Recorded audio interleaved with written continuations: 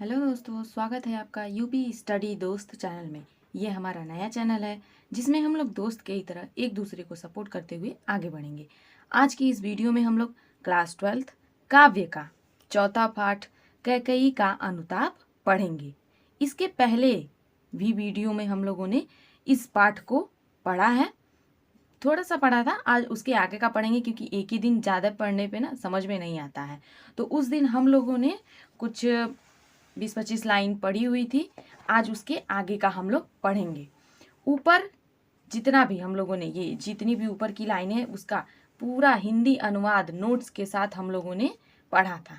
तो ऊपर के संवाद में भरत और राम ये दोनों लोग बात करते हैं। तो आज जो है हम लोग यहाँ से पढ़ेंगे। अब देखते हैं कि इसके बाद क्या होता है, और उस वीडियो को आप लोग जरूर देखें जिससे आप लोगों को आगे का लेसन समझने में आसानी होगी।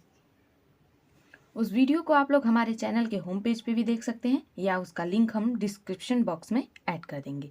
तो आइए देखते हैं आगे क्या होता है। यह सच है तो अब लौट चलो तुम घर को, चौके सब सुनकर अटल कैकेयी स्वर को। चूंकि ऊपर की लाइन में भरत और राम जी के बीच में बातें हो रही थी, अब जो है अब यहाँ से कैकेयी जो है अब वो बोलना शुरू करती हैं कि यह सच है तो अब लौट चलो तुम घर को। वो राम जी से बोलती हैं कि अगर ये सारी बातें सच हैं तो तुम अब घर घर चलो। चौके सब सुनकर अटल कैकेयी स्वर को। तो सभी लोग चूंकि वहां पे सभा बैठी हुई थी ना, तो जितनी भी सभा थी, जो भी लोग थे वहां पे उपस्थित, वो सभी लोग कैकेयी की जो अटल स्वर थे, जैसे वो बोलती हैं, उसे सुनकर ना चौंक जाते हैं। सबने रानी की ओर अचानक देखा।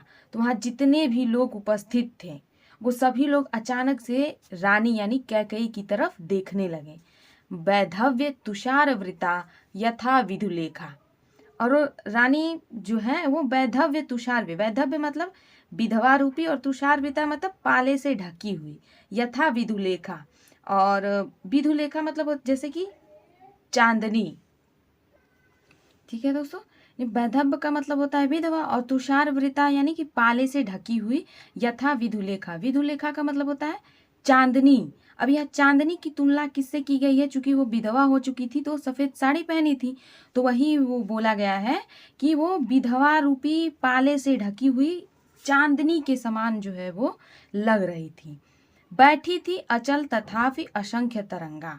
और वो अचल मतलब शांति से वो एक जगह पे बैठी थी, तथापि मतलब लेकिन फिर भी असंख्य तरंगा, उनके हृदय में ना असंख्य भाव की तरंगे उठ रही थी, लहरें उठ रही थी। वह सिंही अब थी हाहा गोमुखी गंगा। अब वो सिंघनी, वो कैकेयी जो थी, अब वो गोमुखी गंगा बन गई थी, पवित्र गंगा के समान हो गई थी। क्योंकि जैसे कि उन्होंने राम जी को जब वन में भेजा था तो गलत काम तो किया ही था, जिसके वजह से वो सबकी नज़रों में गलत साबित हो गई थी। तो अब जो है वो एक तरीके से अपना पश्चाताप कर रही थी वो, तो उनकी तुलना जो है गोमुखी गंगा से किया गया है। हाँ जानकर भी मैंने न भरत को जाना। अब वो कैकेयी जी बोल रही हैं कि हाँ जानकर भी, कि मैंने भरत को जन्म तो दिया लेकिन उसे मैं पहचान नहीं पाई, उसे जान नहीं पाई। सब सुन ले तुमने स्वयं अभी यह माना। और अभी अभी तुमने यानी कि हे राम अभी अभी आपने ये माना कि तुमने जिस माँ ने आपको जन्म दिया वही आपको पहचान नहीं पाई। ये बात सभी लोग सुन ले। तो यहाँ से यह सच से लेकर के यह माना तक का हम लोग हिंदी अनुवाद जो है हमारे नोट्स से देखते हैं, जिसे आप लोग अपने नोटबुक में नोट डाउन जरूर कर लीजिए। देखते हैं कि कैकेयी कहती हैं यदि ये सच है तो वापस लौट चलो। उनकी अटल स्वर को सुनकर सभी लोग चौंक गए।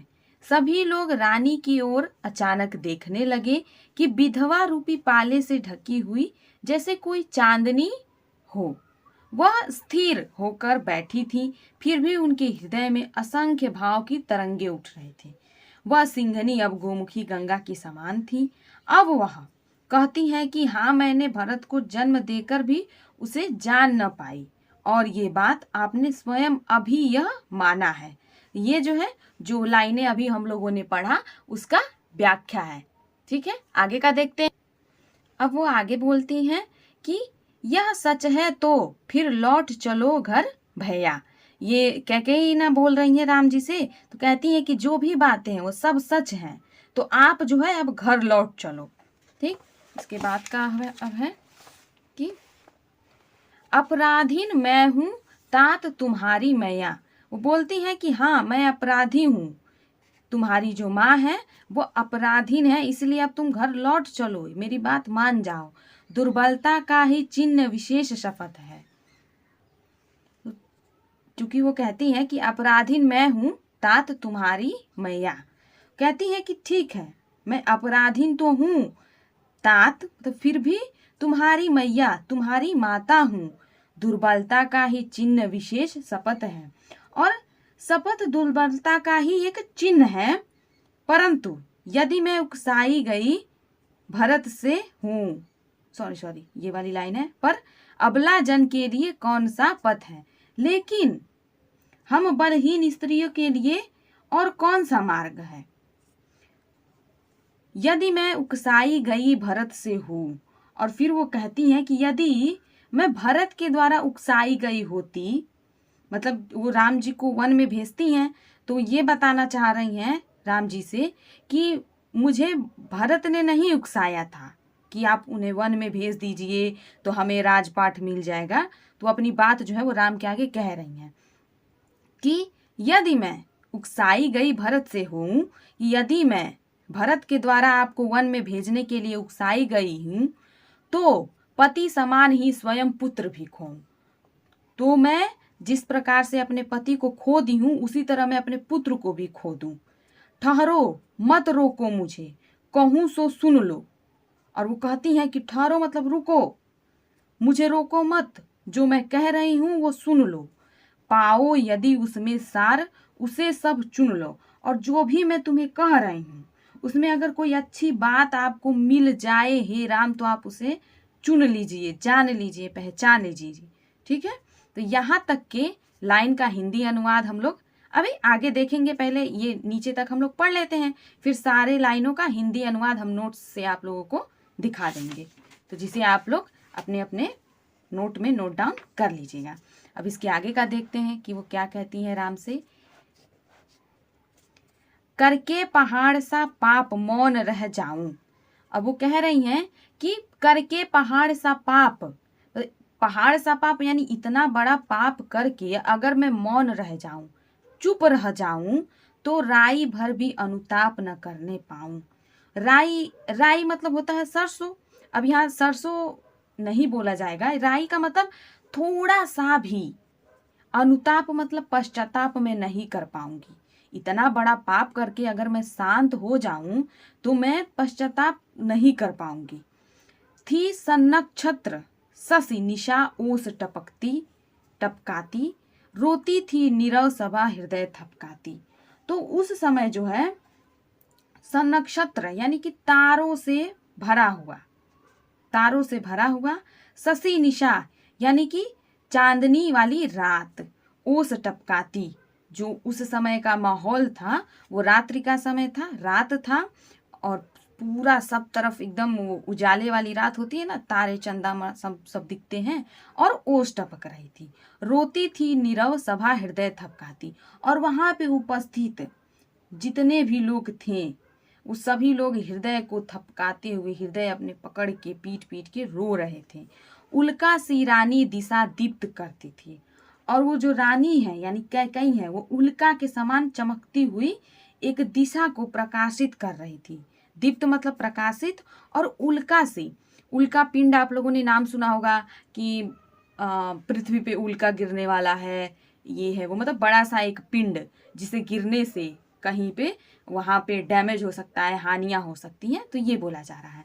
तो वो जो रानी थी वो उल्का के समान एक पिंड के समान जो है वो दिशा को प्रकाशित कर रही थी, सब में भय विस्मय और खेद भरती थी। और कैकेयी जो है वह उपस्थित सभी लोगों के अंदर अपनी बातों से, भय मतलब एक तरह से लोग डरे भी थे, और विस्मय मतलब आश्चर्यचकित भी थे, और खेद मतलब दुख भी था उनमें कि पहले तो रानी ने राम जी को भेज दिया, अब वो पश्चाताप कर रही हैं, ऐसी बातें कर रही हैं, ये सारी बातें। ठीक है, आगे देखते हैं कि क्या कर सकती थी मरी मंथरा दासी। अब वो कह रही हैं कि वो जो मरी मंथरा दासी थी, मंथरा को कोसते हुए अब कह रही हैं कैकई जी, क्योंकि मंथरा के ही ना उकसाने से उन्होंने राम जी को वन में भेजा था, तो वही वो कह रही हैं कि वो मरी मंथरा, वो कलमुही जो दासी थी, वो और कर भी क्या सकती थी, मेरा ही मन रह सका न निज विश्वासी। उसने तो जो किया वो किया, लेकिन मेरा ही मन रह सका न, मैंने ही अपने मन पे निज विश्वासी मतलब विश्वास ही नहीं किया, मेरे मन को खुद पे ही नहीं विश्वास था। जल पंजर गत अब अरे अधीर अभागे। अब वो कह रही हैं कि जल पंजर गत अब अरे अधीर अभागे, हे अभागे, अब मेरे शरीर में स्थित रह करके, अपने वो अब हृदय को कह रही हैं, अपने मन को कह रही हैं कि पंजरगत माने मेरे हृदय में, मेरे शरीर में ही, गत मतलब रह करके ही, हे अब आगे अब तू, मतलब उसी को बस वो कोस रही हैं। वे ज्वलित भाव थे स्वयं तुझी में जागे, कि हे मेरे अभागे मन, अब तुम मेरे ही शरीर में रह करके जल, क्योंकि वो सारी जलन की जो भावना है वो तुम्ही से तो जले थे। अगर तुम जो है स्वयं को समझा लिए होते, अब वो अपने मन को कह रही हैं, अगर स्वयं को समझा लिए होते तो आज नौबत ही नहीं आती, पर था केवल क्या ज्वलित भाव ही मन में। अब वो कह रही हैं कि लेकिन क्या मेरे मन में केवल ये जलन की ही भावना थी, क्या शेष बचा था कुछ न और इस मन में, और उस जलन भाव के अलावा और मेरे मन में कुछ था ही नहीं। कुछ मूल्य नहीं वात्सल्य मात्र क्या तेरा, पर आज अन्य सा हुआ वत्स भी मेरा। अब वो कह रही हैं कुछ मूल्य नहीं वात्सल्य मात्र क्या तेरा, कि हे मेरे पुत्र, क्या तुम्हारे वात्सल्य का भी मेरे मन में थोड़ा भी मोह नहीं रहा। मतलब जैसे बचपन से सबसे ज्यादा कैकई ही जो है वो राम को मानती थी, लेकिन किसी के बहकावे में आकर के उनका मन इस प्रकार से बहक गया कि वो कह रही हैं कि हे पुत्र, तुम्हारे वात्सल्य का भी थोड़ा सा भी मोल मेरे मन में नहीं रह गया, पर आज अन्य सा हुआ वत्स भी मेरा, और उसी के वजह से मेरा पुत्र जो है आज मुझसे पराया हो गया। ठीक है दोस्तों, तो यहाँ तक का जो है हिंदी अनुवाद अब हम लोग नोट्स से देख लेते हैं। जैसा कि हम लोगों ने ऊपर की लाइन का ये वाला देखा था, अब नीचे से देखते हैं कि ये सारी बातें सच हैं तो हे भैया अब घर लौट चलो, मैं अपराधीन हूँ पर फिर भी तुम्हारी माता हूँ। शपथ दुर्बलता का ही चिन्ह है, परंतु हम बलहीन स्त्रियों के लिए कौन सा मार्ग है। यदि मैं भरत के द्वारा उकसाई गई हूं तो पति के समान ही मैं अपने पुत्र को भी खो दूं। ठहरो, मत रोको मुझे, जो कह रही हूं वह सुन लो। मैं जो कह रही हूं उसमें अगर अच्छी बात है तो उसे आप चुन लो। यहाँ तक है। अब इसके बाद की लाइन का हम लोग देखते हैं। पहाड़ जैसा पाप करके अगर मैं मौन रह जाऊंगी तो राई भर भी पश्चाताप नहीं कर पाऊंगी। यहाँ आप लोग राई के जगह तनिक भी लिख सकते हैं, तो तनिक भर भी पश्चाताप मैं नहीं कर पाऊंगी। तारों से भरा चांदनी रात में ओस टपक रही थी और शांत सभा अपने हृदय को थपकाती हुई रो रही थी। उल्का के समान चमकती हुई रानी एक दिशा को प्रकाशित कर रही थी तथा वह उपस्थित सभा में भय, आश्चर्य और दुख भर रही थी। इसके आगे वाली लाइन का देखते हैं।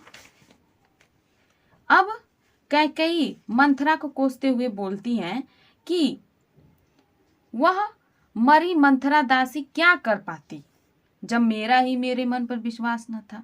कैकेयी अपने को कोसती है कि हे अभागे, तू अब मेरे शरीर में स्थित रहकर जल, क्योंकि वे ज्वलित भाव तुम्ही में तो जले थे ना। वो अपने मन को बोल रही हैं कि अब मेरे ही शरीर के अंदर रह के तुम जलो, क्योंकि जलन की भावना तुम्हारे ही अंदर तो उठी थी। क्या मेरे मन में केवल ईर्ष्या का ही भाव भरा हुआ था एवं क्या मेरे मन में इसके अलावा और कोई भाव ही नहीं बचा था।